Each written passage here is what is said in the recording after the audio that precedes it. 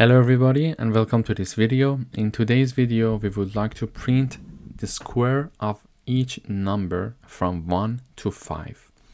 So now that we see that we need to print the squares of numbers from 1 to 5, it means that we need to do a repetitive task. And a repetitive task requires a for loop. Okay.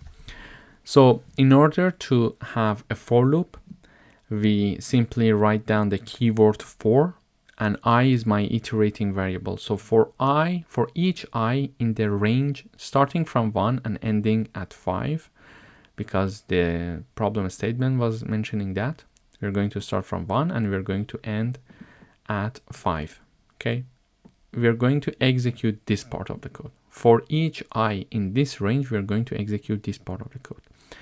In the first iteration, for example, when I equals 1, we are going to raise 1 to the power of 2 and assign it to a variable called square. Okay, so in the first iteration, let me write it down here. The first iteration,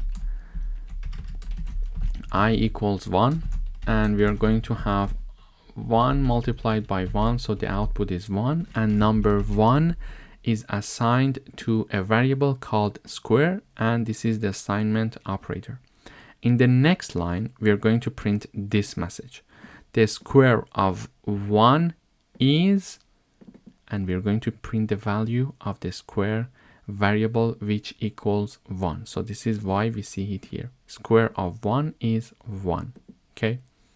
So we use the print function to have this part being printed in the output, and we use the paste function because we are having multiple strings and we would like to join them into one single string in the output. So square of 1 is 1. And then in the second iteration, I equals 2. Therefore, we are having 2 multiplied by 2. So the output is 4. So here, when I equals 2, we are having number 4 as we calculated here being assigned to a variable called square. And in the next line, we are printing this message. The square of 2 is 4. So square of 2 is 4.